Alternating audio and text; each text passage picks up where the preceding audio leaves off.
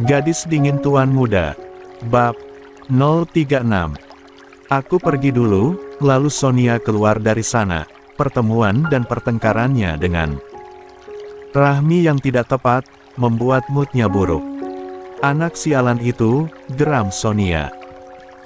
Sedangkan Rahmi setelah keluar dari kantor polisi, dia tidak langsung pulang, dia memilih ke taman walaupun hari sudah sore. Di taman sudah tidak terlalu ramai, hanya ada beberapa anak muda yang mungkin rata-rata seumuran dirinya, karena sudah sore jadi anak-anak sudah pulang. Dia memilih duduk di sudut taman yang terdapat kursi panjang. Menghadap danau yang di atasnya terdapat jembatan, tapi tetap indah di sekitarnya.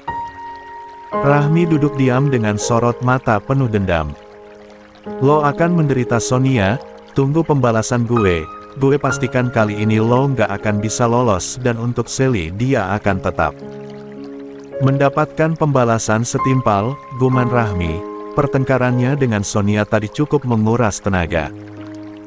Sebenarnya bukan hanya Sonia dan Felix saja yang emosi tadi, tapi Rahmi juga menahan emosi untuk tidak menyerang mereka. Bunda, Rahmi sebenarnya tidak ingin memiliki dendam, tapi Rahmi lebih tidak mau orang yang sudah membuat Bunda pergi untuk selamanya bahagia, guman Rahmi lirih. Rahmi sudah mengumpulkan tenaga untuk mendatangi Felix dan Sonia tadi. Der. Ponsel Rahmi berdering. Rahmi mengambil ponselnya di saku jaketnya dan melihat Algaskar yang menelpon. Rahmi hanya diam saja tidak berniat mengangkat. Setelah mati, Rahmi menonaktifkan ponselnya lalu kembali memasukkan di saku jaketnya. Dia tidak ingin diganggu dulu. Tak terasa Rahmi cukup lama duduk di sana.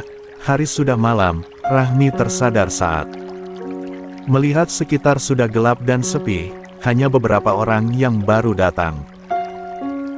Udah malam aja.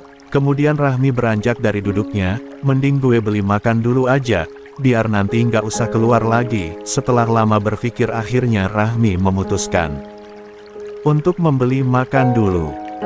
Dan disinilah Rahmi, niat ingin membeli makan malam malah kalap membeli semua jajanan pinggir jalan, bahkan dia membeli yang bisa dimakan untuk 3 orang. Rahmi kalau soal makanan dia tidak akan sadar. Setelah selesai Rahmi berniat untuk pulang dan dia baru sadar makanan yang dia beli sangat banyak. Dan dia menggunakan motor besar. Gimana bawanya? Tapi sayang banget, Rahmi memutuskan untuk membawanya. Walaupun agak susah. Setelah beberapa menit akhirnya Rahmi sampai juga di rumahnya walaupun dengan bersusah payah karena banyak makanan yang dia bawa. Terlihat rumahnya gelap gulita. Setelah turun dari motor Rahmi berjalan ke teras, meletakkan dulu makanan itu di kursi teras. Lalu berjalan ke arah pintu untuk membuka kunci. Saat akan memutar pintu tiba-tiba terbuka. Loh, nggak kekunci? Bukannya tadi gue kunci ya? Kok bisa kebuka? Atau gue lupa? Tanya Rahmi bingung. Ah sudahlah. Mungkin gue lupa kunci tadi karena buru-buru. Rahmi tidak ambil pusing dan berjalan mengambil makanannya di atas kursi, lalu membawanya masuk. Walaupun lampu di rumahnya belum hidup tapi Rahmi masih melihat karena pantulan lampu dari tetangganya. Setelah masuk Rahmi menekan saklar lampu. Lampu hidup. Rahmi berbalik dan melihat seseorang duduk di atas kursi dalam rumahnya. Ai, lirih Rahmi. Algaskar tengah duduk di kursi ruang tamu Rahmi dengan wajah datar. Bahkan gelap-gelapan sedari tadi. Dari mana? Tanya Algaskar datar. Gue. Rahmi tidak melanjutkan perkataannya. Gue.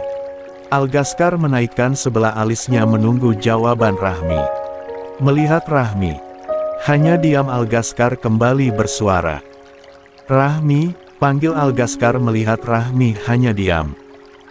Gue lapar, makan dulu bentar gue siapin dulu. Rahmi berniat pergi dari sana tapi baru saja berbalik, tangannya sudah dicekal oleh Algaskar. Duduk, pinta Algaskar mendudukkan Rahmi di kursi lalu ikut duduk di sampingnya. Bisa cerita? Tanya Algaskar pelan pada Rahmi. Tapi gue lapar, gue belum makan dari siang, nanti setelah kita makan gue cerita, nego. Rahmi, dengan ekspresi meyakinkan Algaskar. Algaskar menghela nafas, dia sadar dia juga lapar belum makan setelah dari markas dia. Langsung ke rumah Rahmi, tapi ternyata Rahmi nggak ada. Algaskar tunggu sampai malam. Rahmi baru datang.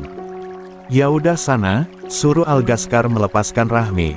Rahmi langsung ke dapur menyiapkan makanan untuk mereka.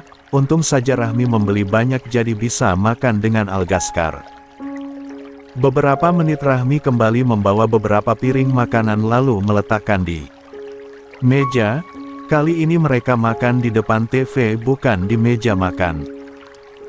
Yuk makan, ajak Rahmi, lalu mereka makan berdua dalam hening, Rahmi dengan lahap memakan makanan yang dia beli tadi.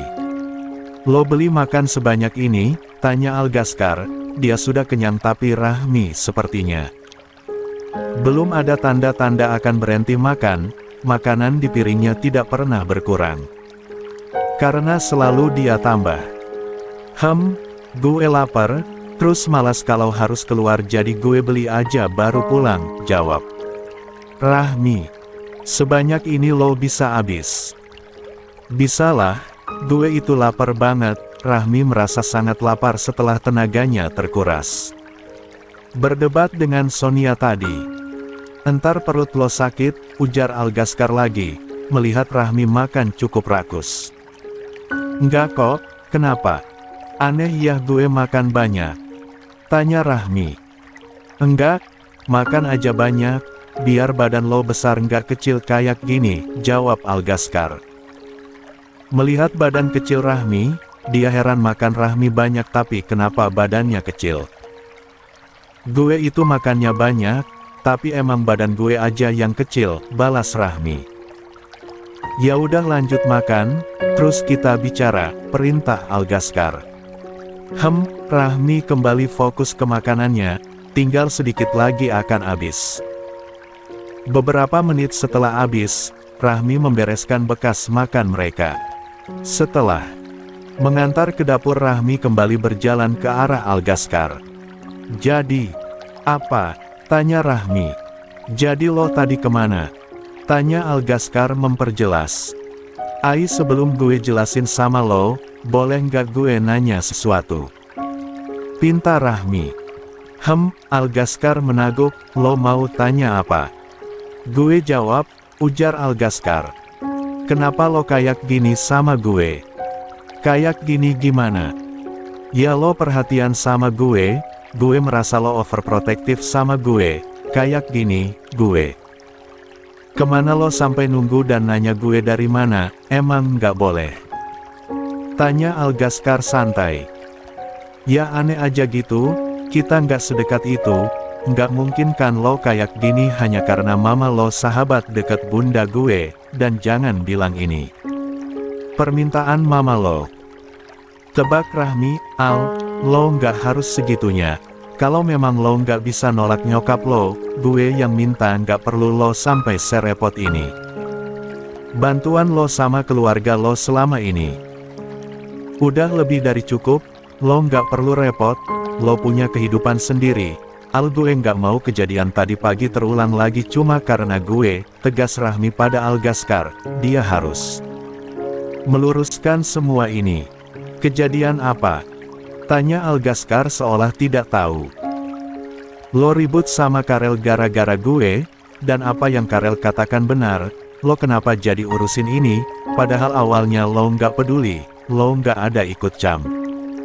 Belum sempat Rahmi selesai bicara, grab, dia sudah berada dalam pelukan Algaskar.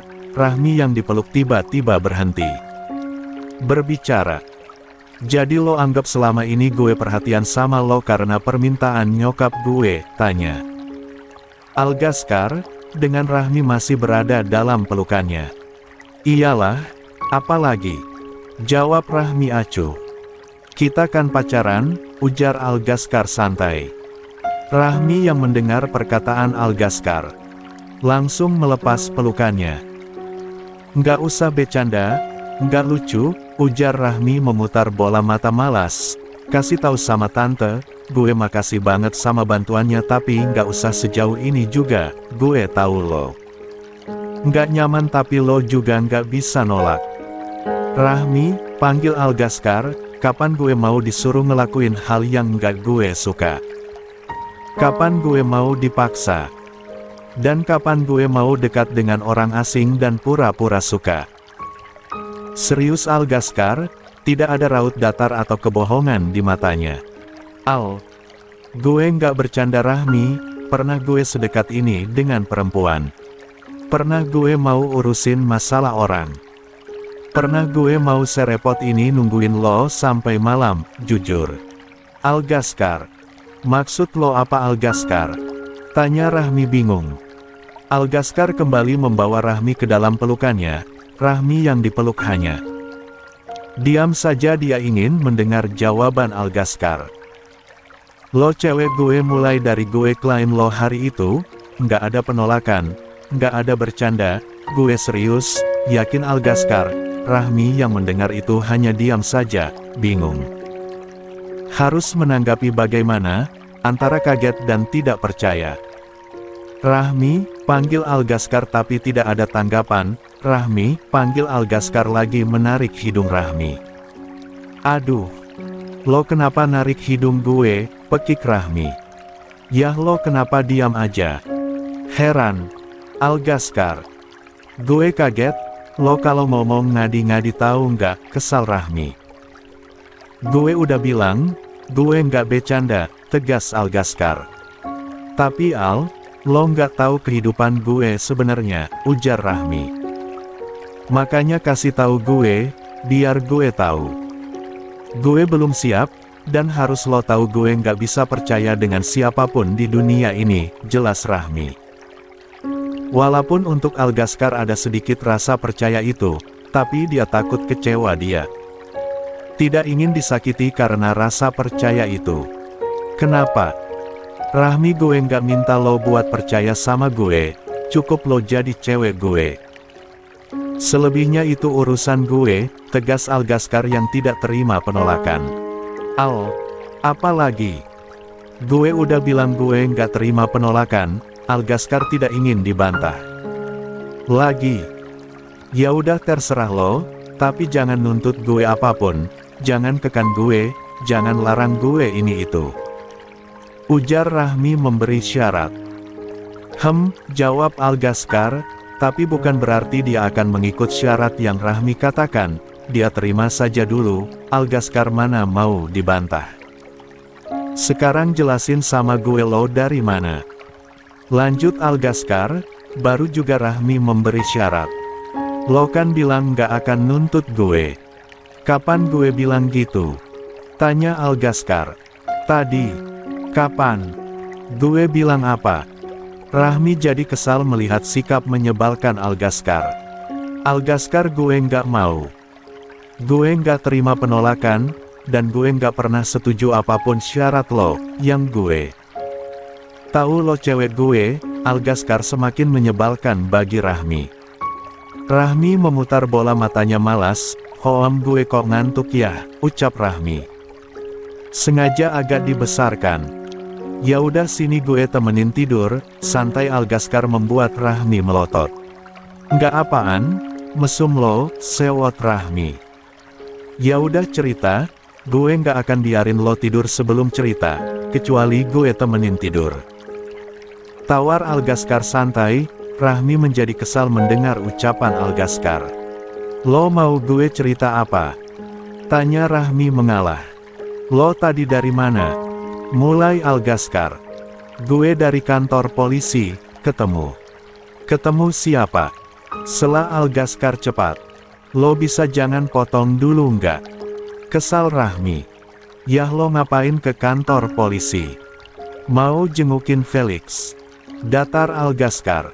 Rahmi menghela nafas kesal. Iya. Puas. Ketus Rahmi. Rahmi, tekan Felix. Gue emang ke kantor polisi ketemu Felix, tapi bukan untuk jengukin dia, di sana ada Sonia. Gue harus bisa tegasin ke mereka untuk tidak ganggu gue lagi, jelas Rahmi. Kenapa lo nggak bilang sama gue? Terus kenapa lo kesana sendiri? Kalau mereka rencanakan hal jahat sama lo gimana? Tanya beruntu Algaskar, membuat Rahmi jengah. Satu-satu Al, pusing gue dengernya, keluh Rahmi. Dia tidak terbiasa menghadapi orang yang protektif kepada dirinya. Maaf, gue nggak maksud, gue cuma nggak mau mereka lakuin sesuatu sama lo, sesal Algaskar. Dia terlalu over dengan Rahmi, dia sadar itu, apalagi Rahmi belum sepenuhnya menerima hubungan mereka. Algaskar sendiri tidak tahu kenapa dia terlalu takut Rahmi kenapa-napa. Dia tidak ingin Rahmi lewatin sendiri tanpa dirinya, dia selalu ingin melindungi Rahmi. Bahkan Algaskar tidak sadar kapan dia merasakan itu. Nggak apa-apa, gue cuma nggak terbiasa, maklum Rahmi. Sejujurnya dia juga merasa ada kebahagiaan di hatinya mendapat perlakuan baik dari Algaskar. Hanya saja dia akan memikirkan dulu dengan baik, dia tidak ingin salah langkah dan kembali disakiti oleh laki-laki kedua di hidupnya. Gue bisa paham, jadi gimana pertemuan lo sama mereka? Tanya Algaskar. Akhirnya, Rahmi menceritakan semuanya yang terjadi di kantor polisi tanpa ada yang terlewat. Gue yakin Sonia pasti gunain anggota Felix kali ini buat rencananya, yakin Rahmi. Lo harus lebih hati-hati lagi, gue akan berusaha buat jagain lo, Thanks ya, ujar Rahmi memandang Algaskar. Kenapa? Tanya Algaskar melihat Rahmi memandangnya aru. Menggelengkan kepalanya, nggak apa-apa, jawabnya, ya udah lo tidur Gih, gue tungguin, gue pulang setelah lo tidur, ujar Algaskar. Enggak. Apaan lo pulang aja, usir Rahmi. Gue nggak akan macam-macam, takutnya setelah pertemuan lo sama Sonia tadi, dia jadi nggak terima dan rencanain kejahatan ke lo, jelas Algaskar tentang kekhawatirannya meninggalkan Rahmi. Tapi Al, ini udah malam banget, lo mau pulang jam berapa? Dan juga nggak mungkin Sonia beraksi jam segini, ujar Rahmi meyakinkan Algaskar. Kita nggak tahu, dia itu orang licik sama kayak Felix. Kita nggak tahu kan apa yang mereka rencanakan. Algaskar tetap bersikeras ingin tinggal. Ya udah, lo tidur di sini aja daripada pulang lebih bahaya, putus Rahmi, membuat Algaskar tersenyum. Lo khawatir gue pulang tengah malam? Tanya Algaskar jahil. Ya udah pulang sekarang aja sana, usir Rahmi kesal. Hahaha bercanda, tawa Algaskar melihat Rahmi yang terlihat lucu di matanya. Lo tidur di sofa ini aja, nggak ada kamar lagi, ujar Rahmi masih kesal dengan kejahilan Algaskar. Kenapa nggak satu kamar aja? Ujar Algaskar membuat Rahmi menatap penuh peringatan ke arahnya. Pulang sana, pekik Rahmi langsung masuk ke dalam kamarnya dengan menggerutu. Kesal. Algaskar hanya terkekeh melihat Rahmi kesal, entah sejak kapan membuat Rahmi kesal menjadi hal favoritnya. Setelah melihat Rahmi masuk ke dalam kamar dan membanting pintu, baru Algaskar merebahkan dirinya di sofa panjang depan TV, dia melihat sekeliling rumah Rahmi. Entah apa yang terjadi sama lo. Keluarga lo adalah keluarga terpandang, tapi kenapa lo malah tinggal di tempat seperti ini?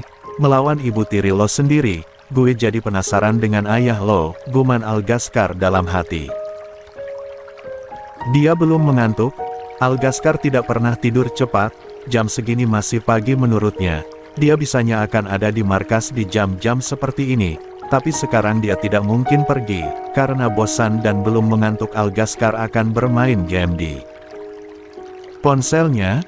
Baru saja akan mengambilnya dia mendengar pintu kamar Rahmi terbuka, Algaskar langsung pura-pura tidur. Rahmi berjalan pelan ke arah Algaskar, dia memastikan Algaskar sudah tidur atau belum, di tangannya dia membawa selimut. "Ai," panggil Rahmi pelan, tidak ada pergerakan, dia melambai tepat di hadapan wajah Algaskar, dan Algaskar tetap tidak merespon. Rahmi yakini Algaskar sudah tidur. Rahmi kemudian menyelimuti Algaskar dengan pelan, memperbaiki agar Algaskar tidak kedinginan. Setelah selesai Rahmi kembali berjalan dengan pelan masuk ke dalam kamarnya, dia tidak tahu saja Algaskar sedari tadi berusaha menahan senyum dengan semua perlakuan Rahmi. Algaskar membuka matanya setelah meyakini Rahmi sudah masuk. "Ternyata dia perhatian juga," ujar Algaskar dengan tersenyum kecil. Dia mengurungkan niatnya untuk bermain ponsel, dia ingin langsung tidur setelah diselimuti sang kekasih dan benar saja tak lama dia sudah tertidur. Ini pertama kalinya Algaskar tidur cepat. Di sisi lain, Sonia kini sudah berada di apartemen Felix. Setelah dari kantor polisi tadi dia langsung membereskan barang dan pindah ke apartemen Felix. "Rahmi semakin kurang ajar sama aku, dia bahkan berani menunjukkan rasa bencinya dengan terang-terangan," ujar Sonia. Dia takut Rahmi akan berbuat nekat. Masalahnya bukan pada dirinya tapi pada Naila. Sekarang Naila tinggal dengan Tuan Aksara, jangan sampai karena Rahmi, Naila mengalami apa yang Rahmi pernah alami. Tapi Sonia juga tidak bisa melepaskan semuanya begitu saja, dia harus bisa mendapatkan harta Tuan Aksara. "Arur, Rahmi kurang ajar, anak sialan," teriak Sonia frustasi. "Apa yang harus aku lakukan? Apa aku suruh anak buah Felix bergerak sekarang? Tapi kalau nggak ada rencana dan gagal, Felix pasti akan marah besar. Ini kesempatan aku dan aku tidak boleh gagal. Kalau gagal Rahmi pasti tidak akan main-main dengan ucapannya." Dia bisa balas dengan setimpal kalau sampai mengungkit masalah Felix, dan Felix tidak bisa keluar dengan cepat pasti aku yang kena, cemas Sonia. Tapi dia tidak ingin Rahmi berlama-lama hidup di dunia, dia ingin menghabisi anak itu.